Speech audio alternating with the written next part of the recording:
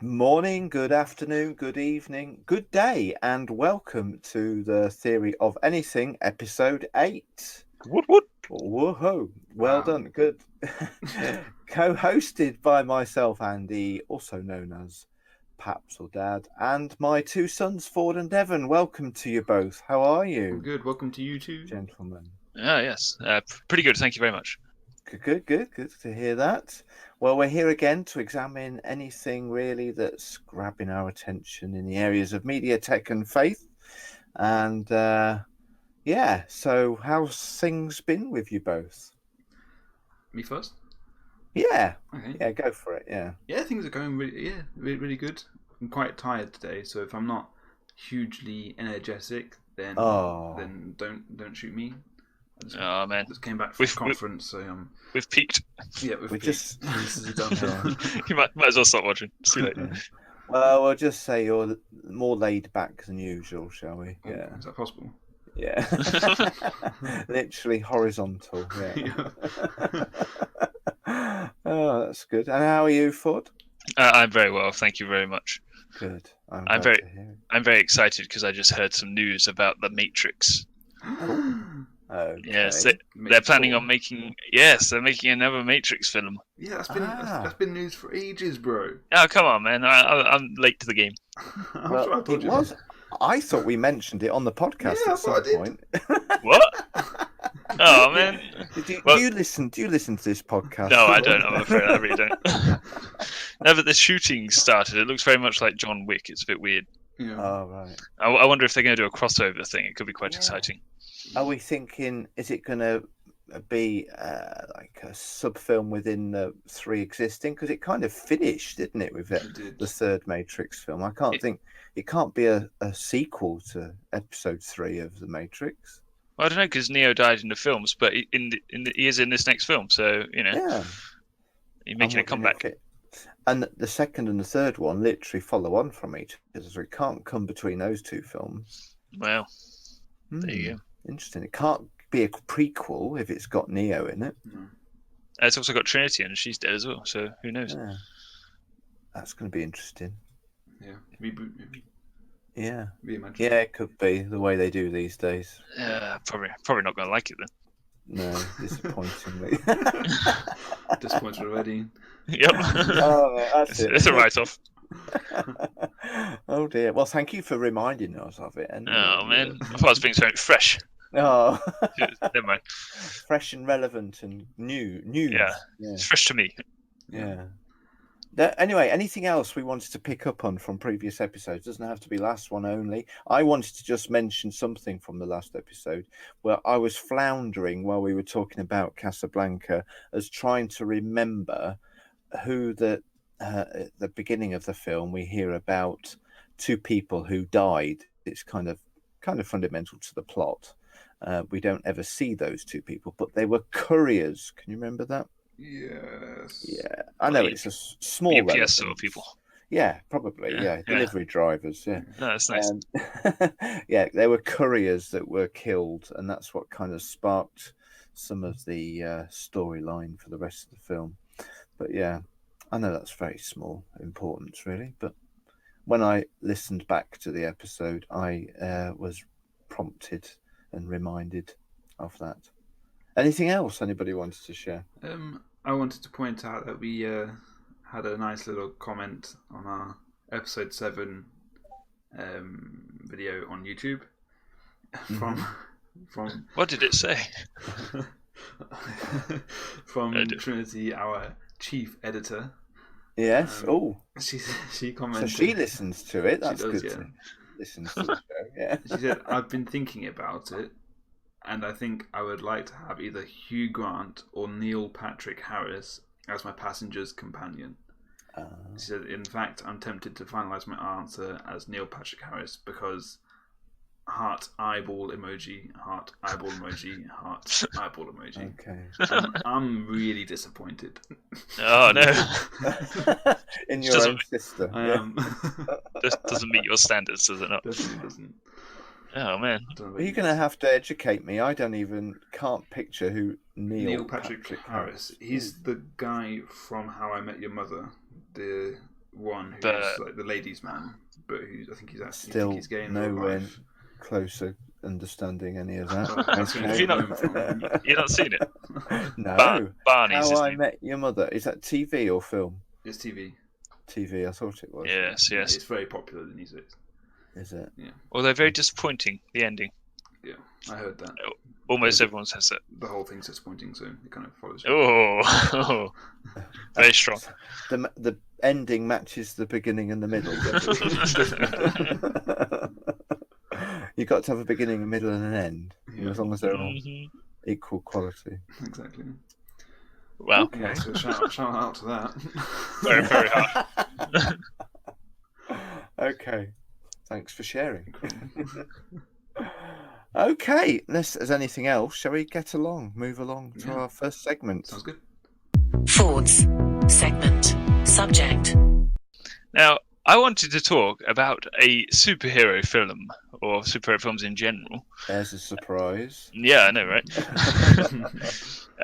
Now, I hope we all know that the attempts of the DC to create a cinematic extended universe has not gone well. Yeah. I mean, I don't know, perhaps if you have your finger on the pulse of superhero movies, but That you say that, and I would never have been able to say, to declare that, but it does ring a bell. I've heard that said. Yeah. yes, well, I mean, to be fair, that being said, the all of their films have like doubled their budget, so at the Okay. box office. It's not So I'm exactly sure. failed then. No. No, but people aren't into it. Is basically what I'm saying. In comparison Okay. to Marvel, yeah. Yes, in comparison to Marvel. But there's a new Mm. Batman film coming up, which I'm quite excited about. Mm. Apparently, Ben Affleck's out. Unfortunately, he's the guy who's been playing Batman for the last Yeah. three films Mm. he's been in. Apparently, due to stress or leading to alcohol or family troubles, but whatever. Quite frankly, I don't really care why he's decided to leave, but that's his own Okay. business. I'm just sad to see him step aside as Batman. Yeah. Apparently, Robert Pattinson is now in. Robert Pattinson. Yeah, In a Batman film with that Yeah, name, who knew? that's quite handy. No, Robert Robert Pattinson is his name. He's the chap from Twilight, which is a bit weird, I think, to be honest. But anyway, the reason I'm bringing all this up is because we got our first official look at the Batman suit and him in it and all that, and it looks pretty good. I'm pretty chuffed with it. Oh, yeah. Essentially, what I wanted to ask: why is Batman so successful for a character who has no powers in a genre where superpowers? It's all about superpowers. Okay. But Batman doesn't have superpowers. He has super technology, doesn't he? Exactly. Yeah, I mean, That's he's the more point. akin. He's a Yeah, gadget man. Yeah. He's a He's bit more like akin to James Iron Man. Bond. Iron Man's a gadget man. Well, Iron Man can sort of, I don't know, fly and shoot lasers and stuff. Only because that's all Batman's he's got. just. Yeah, but Batman, at his basic, I mean, there've been adaptions where he's got all sorts of cool gadgets that do basically superhero things, but at his core, Batman is just a guy who's a Yeah. detective, and he's essentially James Bond. Can't you say the same about Iron Man? Well, I think there's- Iron Man innate can shoot like superpowers. lasers through his hands and fly through rockets That's in his feet. So obviously that's all technology. tech, but Ford's making the Yeah. point that the Batman is more like a man. So like in Batman Begins, I think Batman actually Yeah. gets bitten by dogs and he gets beaten by dogs. And he has to run Yeah. away. It's like Okay. I mean, obviously like Iron Man wouldn't struggle with that at all. Right. Hardly supervillains, are they? Yeah, exactly. But neither of those two examples have any kind of innate superpower of their own, do No, they? they don't. Whereas true. other superheroes do, don't they? Superman has. Yes. And a lot of your Avenger characters all have some kind of weird, bizarre ability, don't they? The thing is, Batman has been iconic since like the get-go. Iron Oh, Man's only been yeah. iconic since the films. Mm-hmm. Yeah. I could go into that, but I'm not going to because it's Okay. off the topic. But yeah, why? Why do you... Any ideas? Maybe it's somewhat attainable and not hyper realistic or hyper unrealistic. So obviously, if you've got the Hulk stretching into the Hulk, it's like I don't know. It kind of it detaches you from what's going on. I think. Whereas you see okay. Batman zip wiring down and punching a bad guy in the Yeah. face, It's like, oh yeah, that's like it's gritty and it's a feel good kind of I could do that type thing. And obviously people Doable, don't want yeah. to do that, but it's like rather than Hulk smashing through buildings, it's like that's physically impossible. It kind of detaches me from that. I don't know if that has any impact. It's similar with Iron Man as well, because of how smart he is. He can do X, Y, and Z and get himself out of a bad situation. That's why I see an equivalence between Batman and Iron Man more than I do probably other superheroes. I think there is one, but like I say, at his core, Batman is just a guy in a rubber suit punching people. Because He's he very doesn't rich, even make his thing though. It's literally just money. He has other people. Yeah, they're he pays both other people rich. to make stuff for That's him. the other equivalence. They're both rich. That's how come they can afford their gadgets. Yeah. Yeah. But his villains aren't super powered, whereas Iron Man's are. You know what I mean? Yeah. Batman's biggest enemy is a crazy guy. Yeah. That's it. Yeah. I don't know, I just felt like it's very weird for us, basically James Bond, to be one of the most popular DC heroes. But some of the villains, what's the difference between Joker or Penguins as a villain? Batman's super, what's the word I'm looking at? Adversary. Arch nemesis. Arch nemesis, that's the correct term. Thank you. They Penguin and Joker don't have any actual superpowers of their own, do they? Whereas other arch nemesis do have some kind of superpower, don't they? Yeah. I hear it said quite a lot that Superman is boring, and Batman's the interesting one. Yeah. Purely because he's weak. And he's brooding. Yes, he's got limitations. He's brooding, moody. More interesting background, perhaps. But you see, obviously, in Batman vs Superman, he does get pushed to that limit. Obviously, he's fighting Superman, and he has to come up with technology that is Iron Man-esque, doesn't he? Yeah. And then, obviously, in the end, it's kind of disappointing because it's just dumb how it ends. But it's like he has to change for his surroundings to acclimatize to a job that he's got, rather than Iron Man is literally, I want to have the best tech and be the most powerful I can be, just for the sake of it. What motivates Iron Man? Is he just a flamboyant, showboating entrepreneur, or does he want to fight crime and make the world a better place? It's been a while since I've seen the film, so I think there is some element of that. In the first film, he creates a suit, and then he finds out, well, kind of, and then he finds out that his tech has been sold across the world, his weapons. Yeah. So, and I think that's the same in the comics. He suits up essentially to stop what he's already created, if you know what I mean. Right. That has been put in the wrong hands, as it were. But I think as the Marvel films evolved, it's turned him in. His character wants to be important, so that's why he makes himself like the defender of Earth. He's fighting aliens now. He's fighting the biggest threat there is because he needs to be important. Yeah. And he puts that on himself. Yeah. A bit of an ego trip, then. Yeah, I think so. Yeah. I think that point is made when Captain America comes against him and says, "You're just showing off," essentially. Yeah. And obviously he does PR stunts. Obviously, everyone knows that he's Tony Stark and he's Iron Man. But obviously, look at Batman. No one knows that he's Bruce Wayne.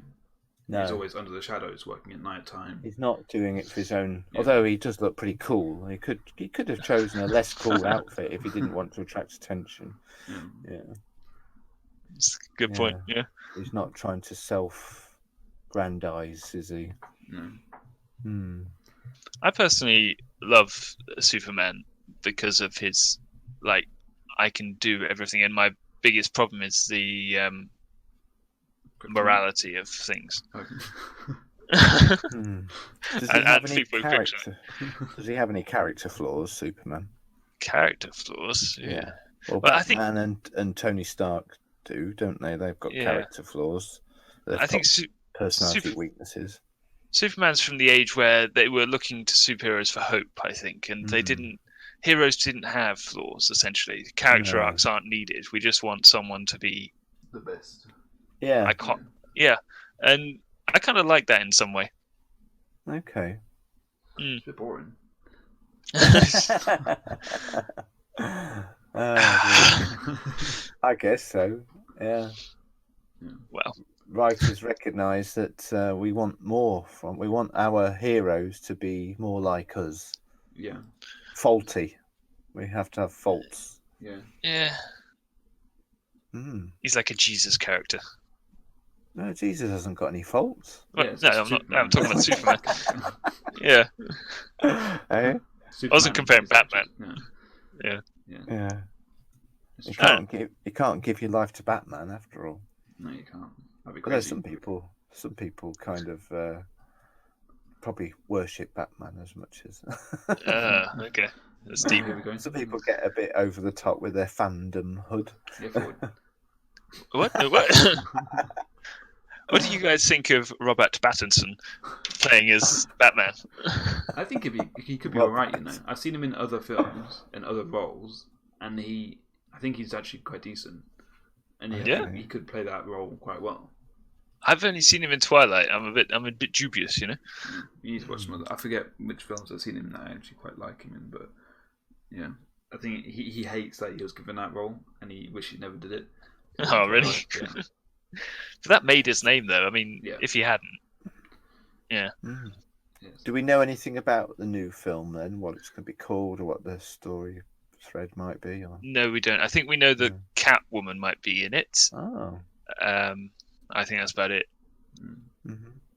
Interesting. Nice. Yeah. We'll hold our bated breath, shall we, and reserve judgment. Until Well, I'm sure you guys don't really care, but yeah. Would you be watching? Phoenix going to be in there? No, surely not. You see, as part of the Joker. Yeah. Instinctively, I want to like DC more than Marvel. I must admit. Really? Yeah. How strange. I feel Mm. my instinct is to fight for the underdog in terms of You're a hipster. Yeah. superhero franchises, and I think I do.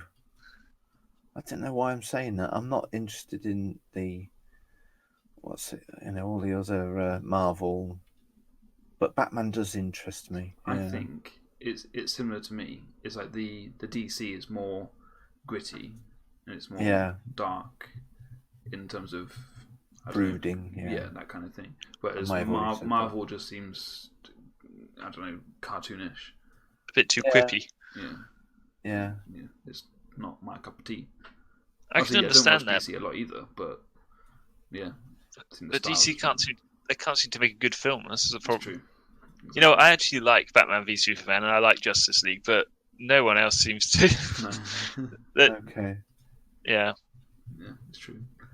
This isn't my area of expertise, I must admit. There are other genres of film that I probably enjoy more and know a little bit more about.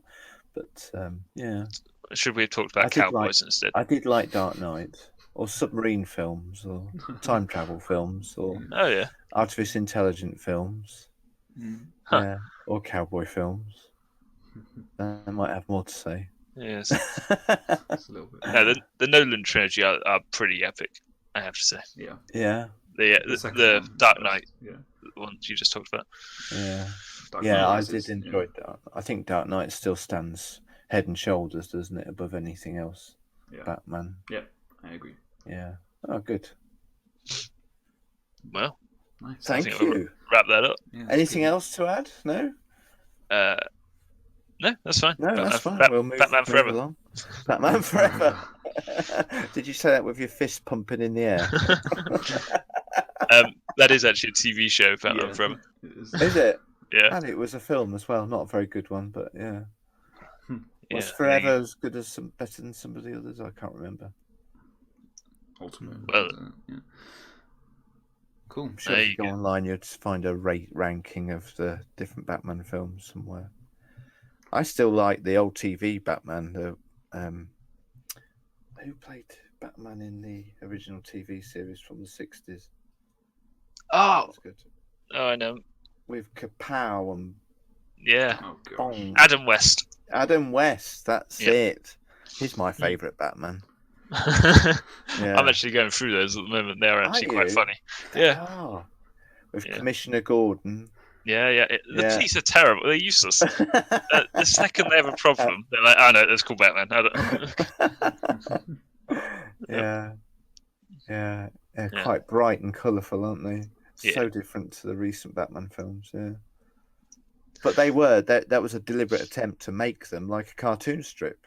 Yeah. You know, with the overlaid, during a fight scene, you get the bang, crash, wallop, kapow, and Robin saying, "Holy smoke, Batman." I don't know. Yeah, he'd say all sorts of weird things, wouldn't he? Yeah. Mm-hmm. Yeah. It was quite funny. Yeah. Worth a watch. No comment from Devon on that one. Nope. Okay, we'll wrap that up with that thought, shall we? Indeed. Thank you. Good job. And hand over to Thanks. Devon. Devon's segment. Subject. Well, I guess it's my section to start things off, or to middle things off. Me and Beck were looking for some good films to watch. We like going to CEX sometimes, the second-hand tech shop, and just having a little browse and seeing what might be good. And we were kind of looking for it as well. Quite tragically, Matrix trilogy. Yeah. Oh, yes. Matrix film. And each one was going for 50p. Oh, what a shame. That's Yeah. Exactly. So that's different reactions, and that's exactly what I wanted. So Right. I instantly thought, brilliant, 50p, I'm grabbing all of them. Yeah. But Beck was actually going, that's like a tragedy. Like, this is an amazing film. It's worth more than 50p. We paid £1.50 for the whole trilogy. And we bought Troy as well, 50p. And it's just, it's very, very different perspectives of it. Response. But then I also thought, well, how will this format do in terms of value in the future as well? So things like vinyl, the price was obviously quite steady. It dipped down obviously as different formats came in, but as it became retro, it went back up again. It has. Vinyl's far more expensive than any other format now, I think. Yeah. So I was wondering, do you think DVDs or Blu-rays or any kind of discs, smaller discs, would have a similar type of thing where they could be retro, and like the trilogy of Matrix could be, I don't know, a collector's item to have them on DVDs, rather than just owning Netflix or something like that? Or do you think that subscription is going to be the whole way to go forward, and things like cinema would be like a subscription for cinema rather than just going to watch one thing once?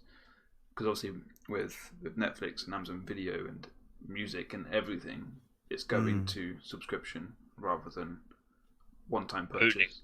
Yeah. That's a good, interesting thought to talk about. Yeah. Yes. Can I go first? I think. Go on, okay, you go. No, you go first. Yeah. I think your music. To ask, you just jumped in. Go on. Yeah, well, it's a conversation. We just sort of flow. It ebbs. No, I think your music analogy is quite good because so records, vinyls are quite expensive, and people are into it now. Most people still listen to music digitally. They do. So I can see Netflix or Disney Plus or whatever it is being the mainstream future. But I think people will still look back on DVDs and think, I liked that. Maybe I'll grab a few. Yeah.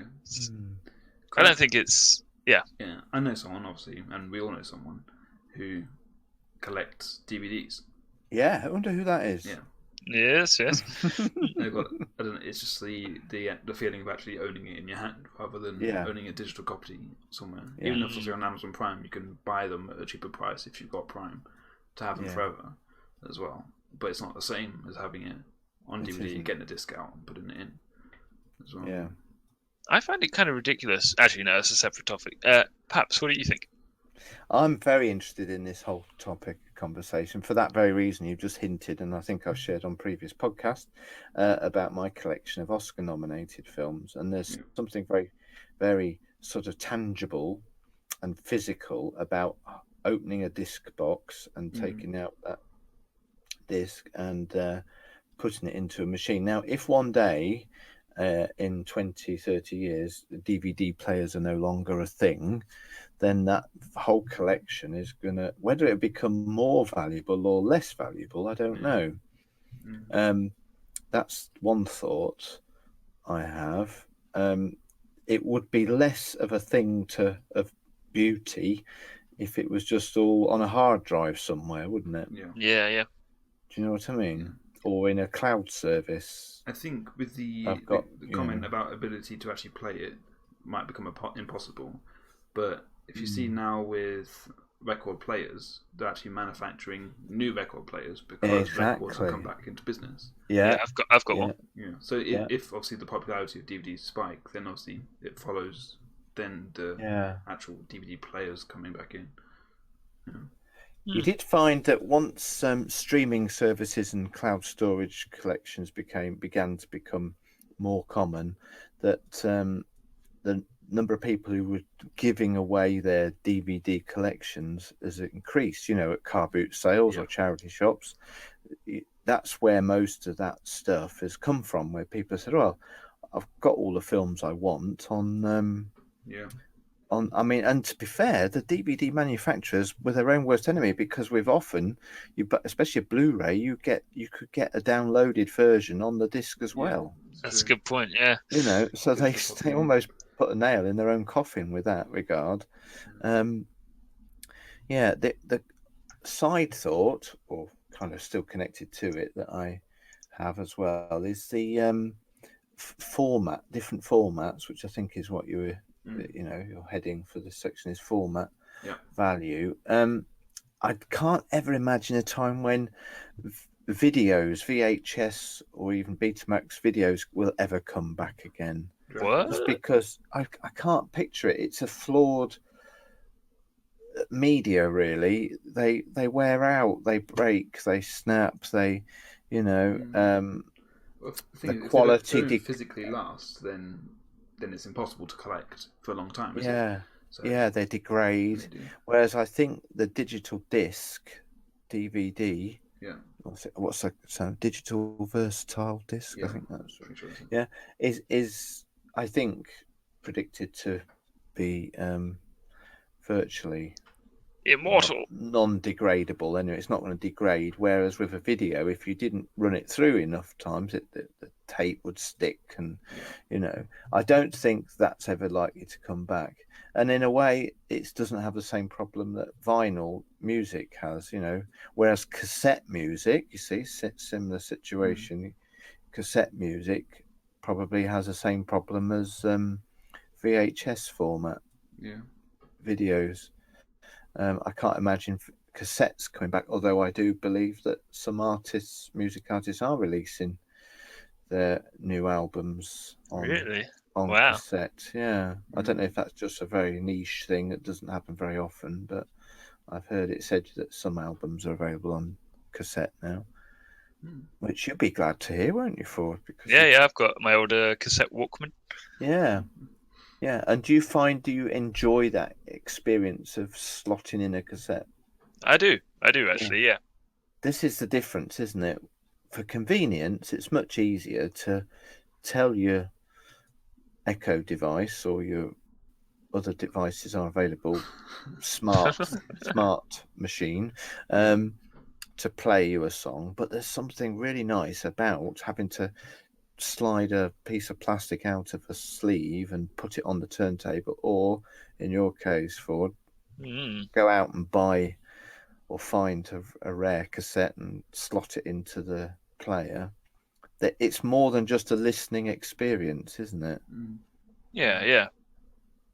Definitely. It appeals to all the senses. You can look at the album art while you've got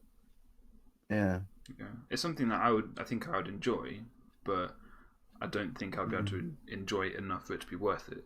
Because I know if I go out, I'll take my phone with me and my headphones, and I'll just play whatever song I feel like playing at that time.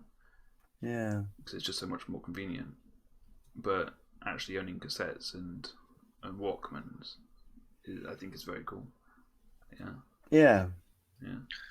One thing I find very strange about the idea of digital copies of DVDs is that you go on Amazon or something and you try and buy a DVD, or you can just buy it straight into digital, but it costs the same. Yeah. Yeah. What's that about? I mean, there's no manufacturing cost for a digital copy. How does that cost the same? Yeah. Yeah. They don't have true. to ship it. There's nothing. And with books as well, Yeah, not yeah. much of a comparative price difference between a paperback or the Kindle version. Yeah. And there's no production costs No. behind a digital copy. Yeah. So what's going on? This brings into question the why should it be that much? Why should it be anything? Because if you're taking something, then someone else loses something. So if you say pirate a DVD or pirate some music or whatever, that's not actually theft because you're not appropriating someone else's belongings and permanently depriving them of it. You're actually copying it. So copying is not theft. Taking is theft. It's intellectual property, isn't it? They put the effort in. It's intellectual property if you're going to then produce it and sell it. Yeah. But if it's not still their intellectual property if you're taking it to a consumer.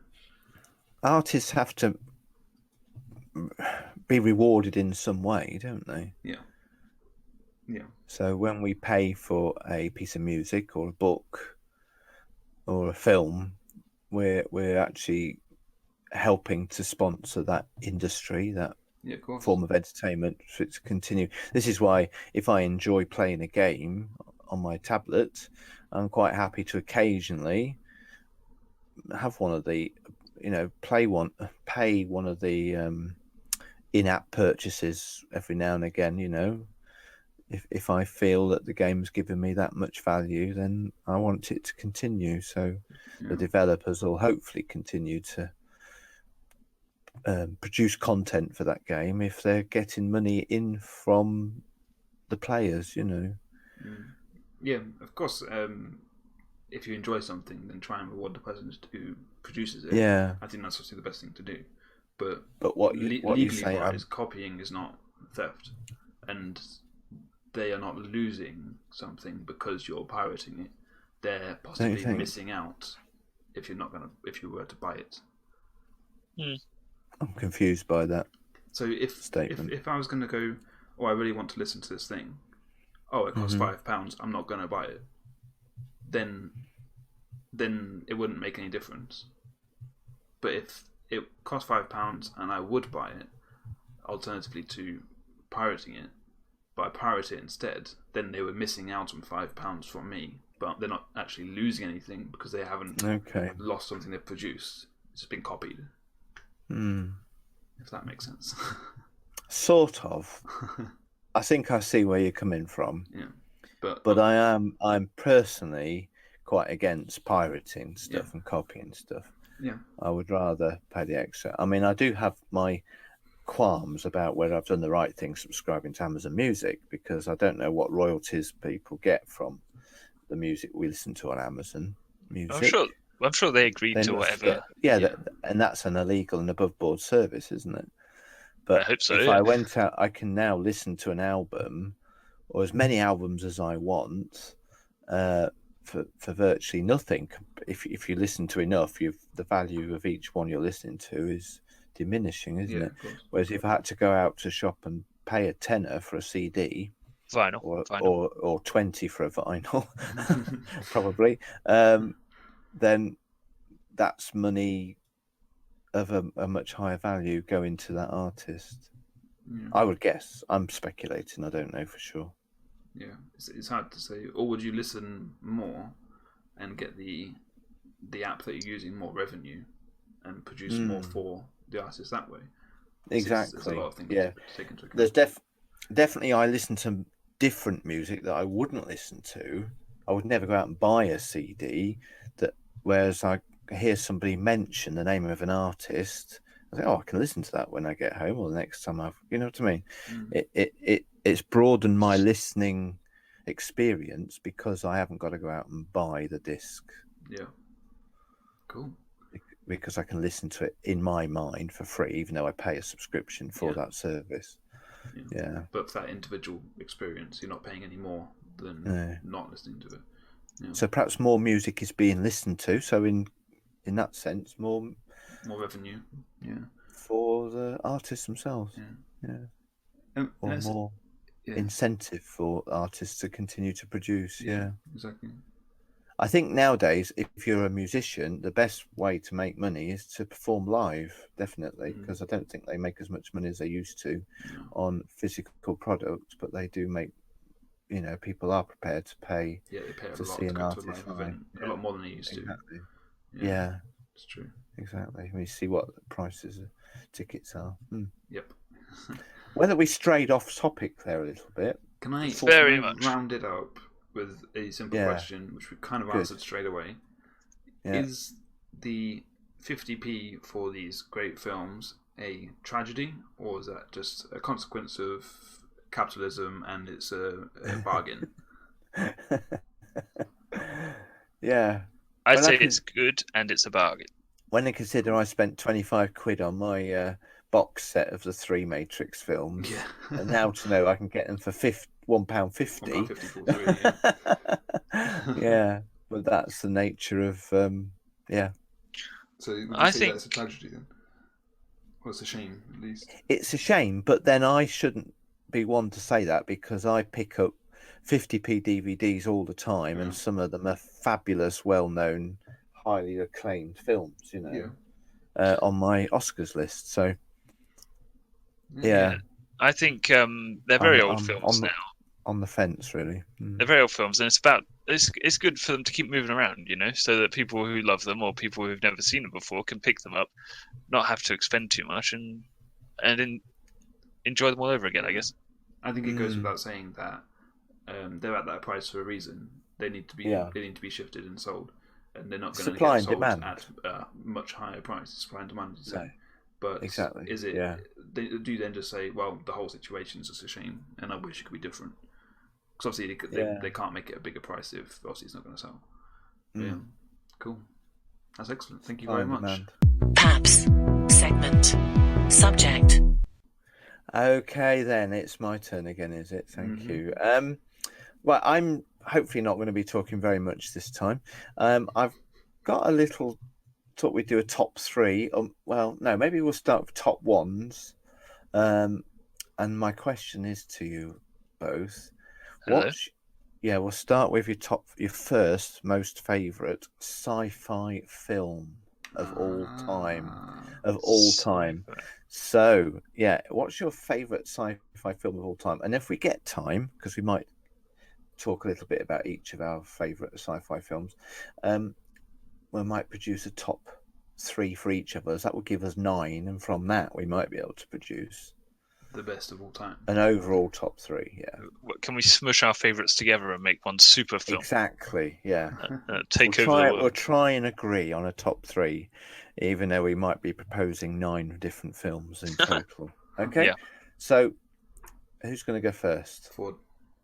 Okay. Just speak your first film, your first favourite film first, okay? My very first. Oh, really? Get a bit of paper, yeah. Wowza. I need to write them down so we don't forget. Oh, yeah. Go on then. You were set. Favourite film. My favourite film of all time is Star Wars: Revenge of the Sith. Oh, that's controversial. Well, I know most people look at it and think, "Nah, that was a bit of a disappointment." But I remember going into the cinema the first time I saw it, and when the Jedi were all getting killed, my heart wrenched. Yeah. And it was all a climax of all the films I'd seen of Star Wars to that point, and it was amazing. I remember going. So this is episode 3. Yep. Yes. Yeah. This is the one we've talked about several times before. We have, in the podcast. Yeah. Yes. I've rewatched it so many times. I can hardly say anything else because this is. I must have watched this like 100 times or something. Yes, really? Definitely. More than any other film I've seen. Oh yes. You must know the dialogue inside out. Yeah. Inside and out. Yes. Yeah. Definitely. Wow. To be fair. You've got to put that at number 1 then, haven't you? I don't think I do. can say that about my favourite film of all time. Definitely not. Well, back when I was addicted to Star Wars, this was the pinnacle because you see the Jedi and they're at war, and it's amazing. It's great, great stuff. Wow. Very Okay, nice. we have over talked that in the past. We don't have to talk more about it, but thank you for that. Yeah. You're welcome, Peter. Okay, Devon, Cool. what's your favourite one of all time? Well, I was going to go with 2001: Space Odyssey. Oh, Really? Yeah. What? I was. fabulous! Just You've only as I've only seen it once, but Yeah. it as a whole, I think it was just I think it was like perfect sci-fi film. Oh, So when people say perfect sci-fi film, they kind of go for Blade Runner, but that okay. didn't really do it for me, and the action was a bit janky. But with 2001: Space Odyssey, it was very, very good. All the concepts and the way that they built it up and how they Do took you get everything it? steady. Yeah, I get it. Obviously, it can be interpreted in lots of different ways, and everyone has their theory about it. But yeah, I enjoyed it a lot watching it. It was quite an experience. Wow. But yeah, it was good. very good. I agree. Actually, it was quite experienced. I don't know if I'd say it's my favourite, but yeah. That's fair. Yeah. I feel a bit guilty that I didn't think of it for my top Did you three. not? So I'm so glad that it's going to be in the top 9 of all of us. Yeah. Well done. Yeah. That might get my vote for one of the overall top 3s, that might. Yeah. Fabulous. Okay. Is it yours, then? Right. My favourite might be a bit controversial, is Alien. Oh, I was going to say The first Alien film. Yep. Wow. Okay. is for me the biggest, most impacting sci-fi experience I ever had, and But that's a horror. You don't like horrors. I know, Ooh. and there might be some listeners be put off by that, but it gave me a vision of science fiction I'd never seen before. The gritty, dirty, business end of a possible future, you know. Before the alien makes any kind of an appearance, and we all know what sort of an appearance it makes.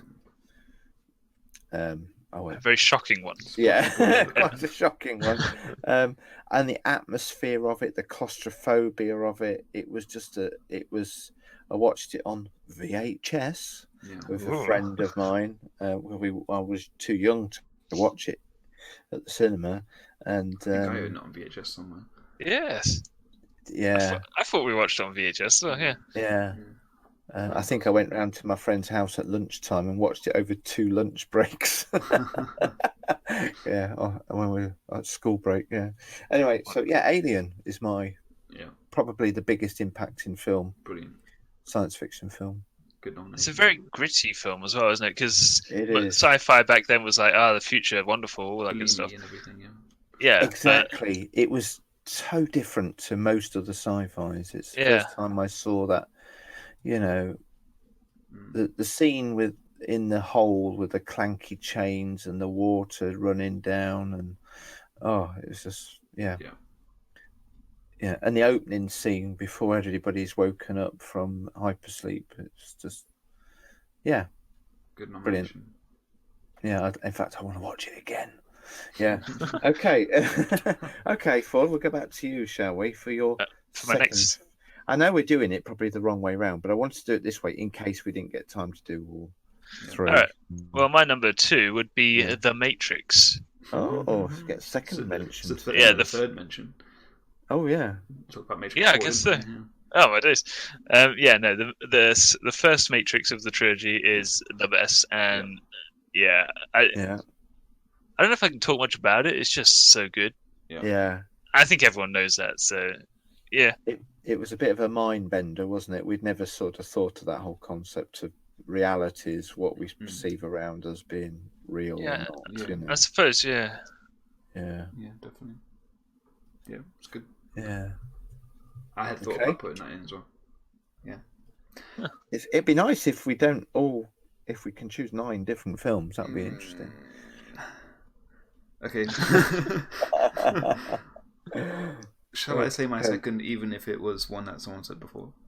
Yes. Okay, my second was going to be Alien. Was it? Very good.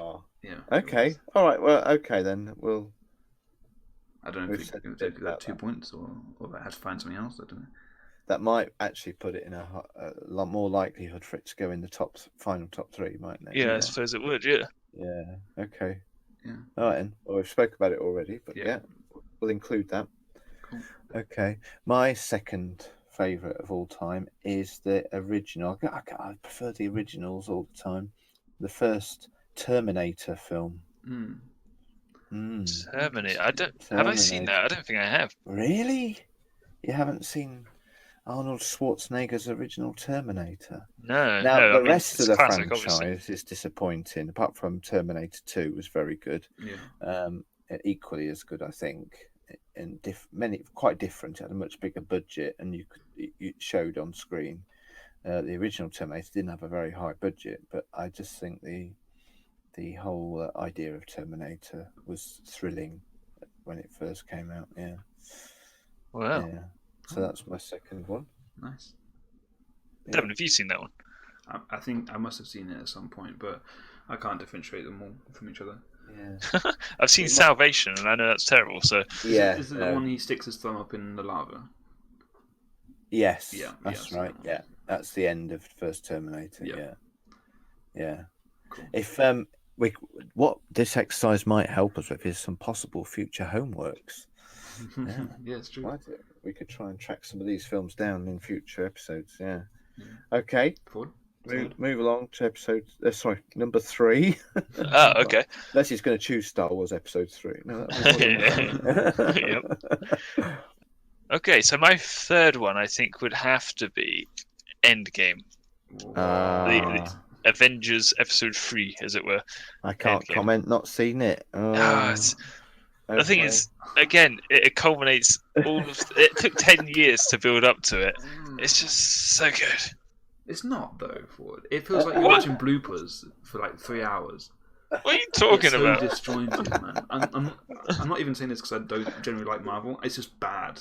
All right. Oh, man. Even for a Marvel film, go for Okay, one call of me- the other Avengers films and you're fine. But Endgame. Okay. Call me Peter because I'm about to deny you 3 times. Get out of here. I doubt this is going to make the final top 3, Ford. I'm sorry. You 'cause should have I've said not Infinity seen it, War. and you're on your own. Are you for real? What do you mean? You think Infinity War is better than Endgame? Yeah, 100%. Oh, my days. Definitely. I don't know what to say to this guy. I almost switched Endgame off because it's just so all over the place. Anyway, never mind. Oh, man. Oh, dear. Maybe you have to get in. You've got to watch them all, maybe, to build up to it. Oh, man. How can you two be so completely opposite sides of this? I don't know. Because he's insane, that's why. Which one's best? There's only one way to find out. Oh, man. Anyway, that's my pick. Okay, well, I'll put it on the list. That's a down. It's already a downvote for Devon, but maybe. Before I give my last one, can I give an honourable mention? Yes, okay then. Yeah, I wanted to honourably mention District 9. I really enjoyed that film. And it's a similar thing with your first experience with Alien. Alien, it was it's kind of similar with me with District 9 because it was so gritty and sandy and dirty and real and just disgusting and good choice. And I enjoyed it a lot. So all those things put me off that film. I was like, "Ew, his arms molding and turning into an alien. That's weird." Yeah. But it's like, the concept became in contact with aliens. They've come and invaded us, but they're actually really sick, and we have to put them in concentration camps, that kind of thing, or camps, and they're now in poverty, and we're masters over the aliens. It's like, it's just really cool. Deserves an honorary mention, definitely. Talking about it makes me want to put it in number 3, but I've decided already. My number 3 is Interstellar. Yeah. Okay. Yeah. Maybe because I watched it first in IMAX, and that was pretty good. It was very, very good.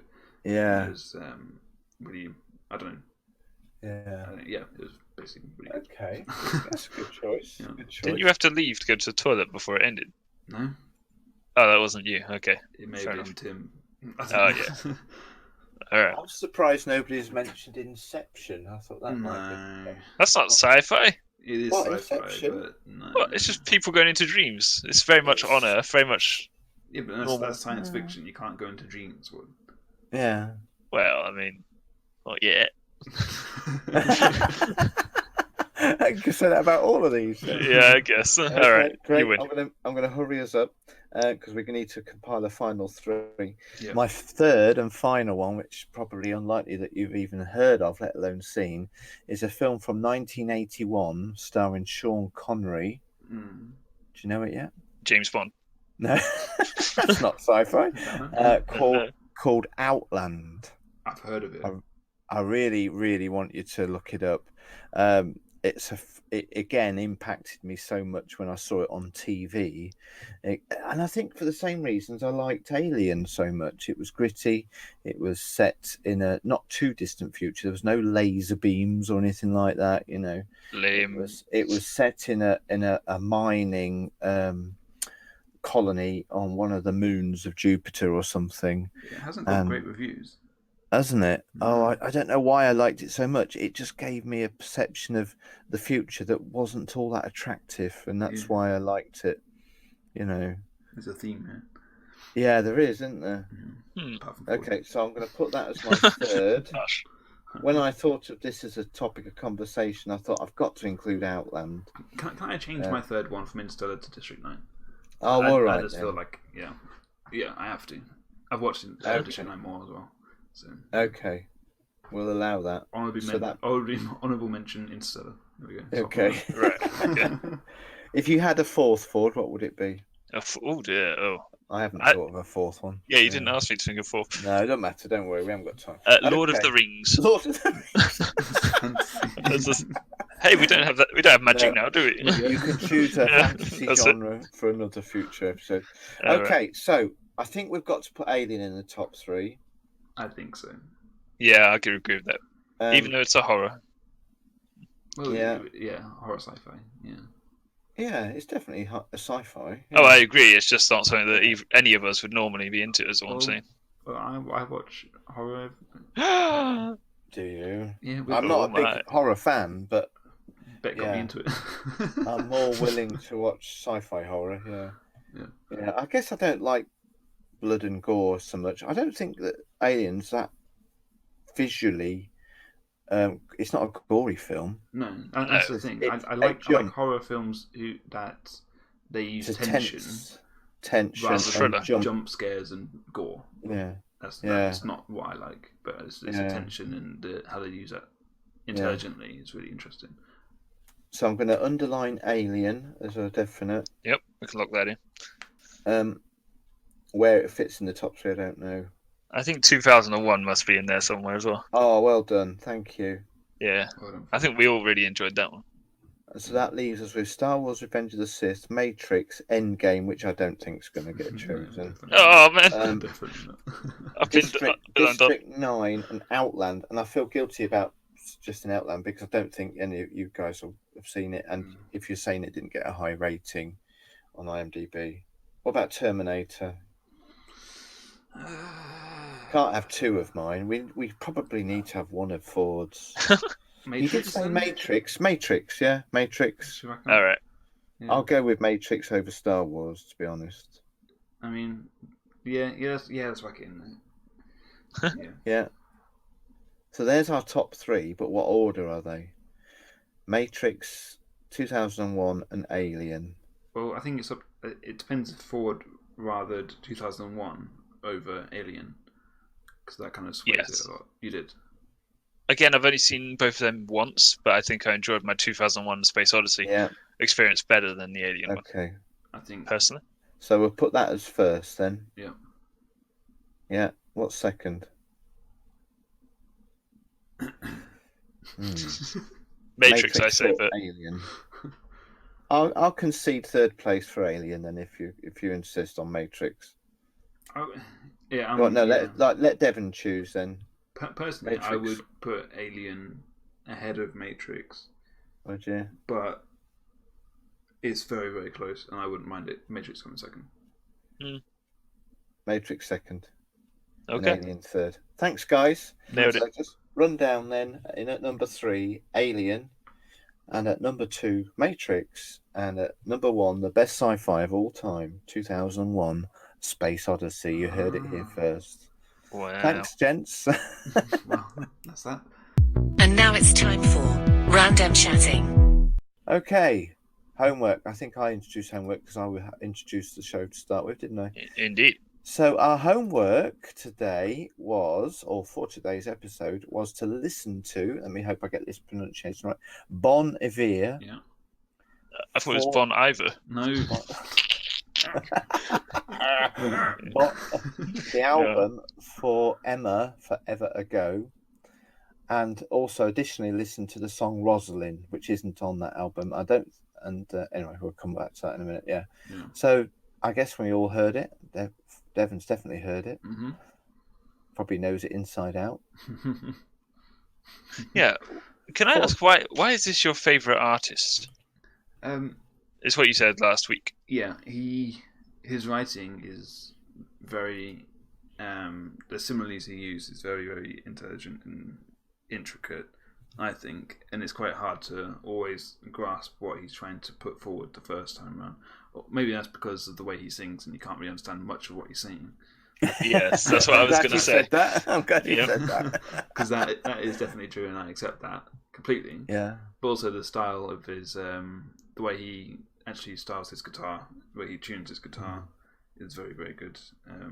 The way he strums, the way he sings, I don't know. It's just I just like it a lot. Yeah, and it is his general demeanor as it comes across, because it is just one guy. Obviously, he sometimes has someone else helping him out on different instruments, but he's just one guy, and his story that he's telling throughout his songs is very interesting to me. Okay. Yeah. I felt like it had a bit of a tired quality to it. It's like it's sort of sad, if you know what I mean. Yeah. It's quite interesting to listen to. Like if I was in a bad mood, maybe then I'd come to it. It's not going to cheer you up, no. No, but sometimes you just like to listen to horrible music when not horrible. You know what I mean? When you feel rough, you like your music to be rough as well. Yeah. And I feel like this music was quite sad, and if I was sad, maybe I'd come to it. Yeah. I found it quite relaxing. Really? Yeah. Huh. Yeah, I think that's the main intention. It chilled me. Yeah. Yeah. It was quite, another word came to mind, mellow. Yeah. Okay.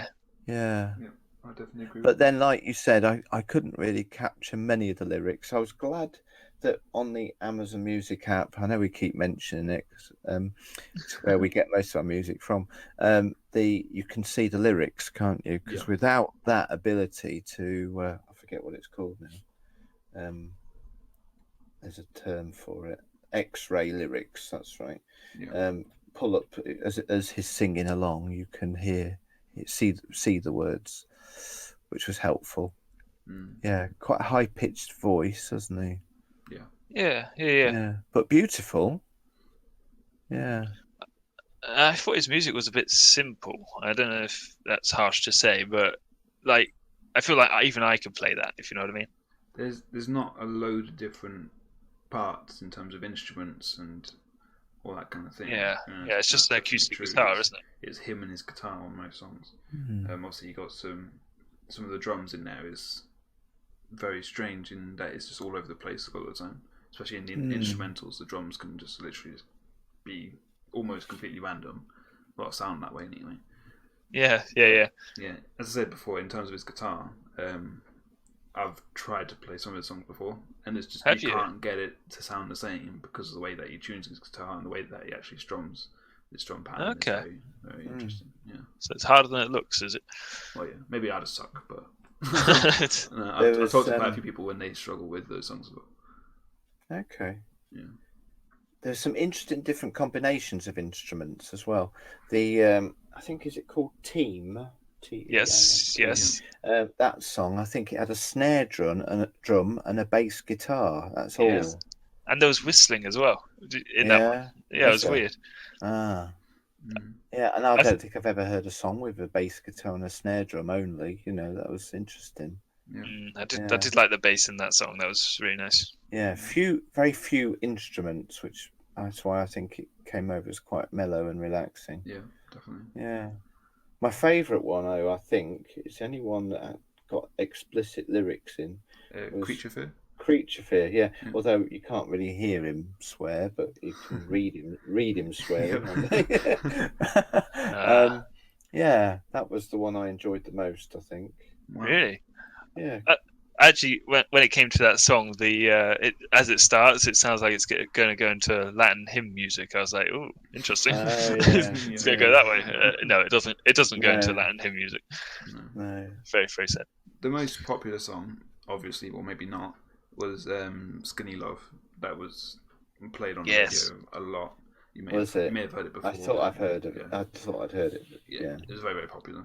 I think that and Rosalind were quite close, but maybe Skinny Love was a bit more popular. Well, Rosalind's in Twilight, isn't it? Well, that's what I was going to say. Yeah, because when you search for Rosalind, it comes up as part of the New Moon album. Yeah. Yeah, when I heard it, I was like, "Yeah, I remember this one from Twilight." That is a beautiful song. It is a beautiful song. Yeah, that's my favorite song of all time. Of any artist. Yeah, any artist. Wow. Yeah, it's just like it's been my favorite song for years now. It's just like it never gets old to me, and usually songs get old to me for quite quickly because I play them over and over again. But but Rosalind, yeah, I can come back to it anytime. Very good. And I do I think 2 days ago I was listening to it again just because it's in every playlist that I've got. Wow. Yeah. Huh. Yeah. Does your wife enjoy Bon Iver? No. Really? I showed her the Bon Iver's second newest album. Yeah. Which isn't the one I would listen to. And she didn't like how you couldn't really understand what he's saying. Yeah. She's very lyrics heavy, which I know before this as well. Yeah. Yes. We've had that conversation before. Yeah, we did. Yeah. And she said that the way that he sings is too familiar, so all the songs sound similar, which I can definitely understand that as well. Well, I found that in the first three. The first three were very similar. Like they could have been the same song, as far as I could tell. Yeah. Musically. Can I just add one other thought? This is all I've got to say on it because I'm not a big music aficionado, but I felt sometimes at certain places that it sounded a bit like Rend Collective. Yeah. Yeah. Yeah. I don't know. Yeah. I don't know what it is about it that makes me think that, but the band Rend Collective. Mm-hmm. Yeah. Yeah. I don't think it's his voice because it's different, but just the sound. Maybe I'm just in my own thoughts on that. But, I have to listen to Rend Collective a bit more to think why. But the general tone maybe just kind of is similar. Okay. Marvelous. Nice. That's a lot better than I thought it would be. I thought Ford would say it's boring. And Dad would say I don't get it or something like that. Yeah. I can't say I understand the music or the lyrics of everything. I didn't have a chance to sit and read every song, but listened to the whole album a few times and tried to follow along with the lyrics and as many of them as I could. I did enjoy the experience. I must say, yeah. What would you call that genre of music? I call it alternative indie. Right. Okay. Yeah. I don't know if that's actually what it is, but it seems like that's the most accurate way to describe it. Okay. Yeah. Yes. Yeah. His second to newest album, IMI, isn't quite the same. It's got more electronic music. Obviously, not anything like EDM or anything like that. Nothing jumpy, but it uses more different types of music as well. So that's actually very interesting as well. But yeah, cool. Excellent. So, how many ridiculously similar chord progressions do you give it out of 10?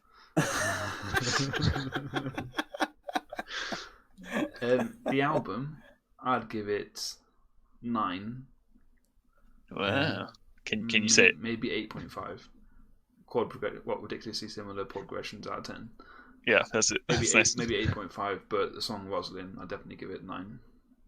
I thought you'd go for a full 10 if it's your favourite piece of music of all time. If you go for 10, then there's no room for improvement, is there? Okay. It must be perfect. Literally perfect. Okay, 9.5 then. That's yeah.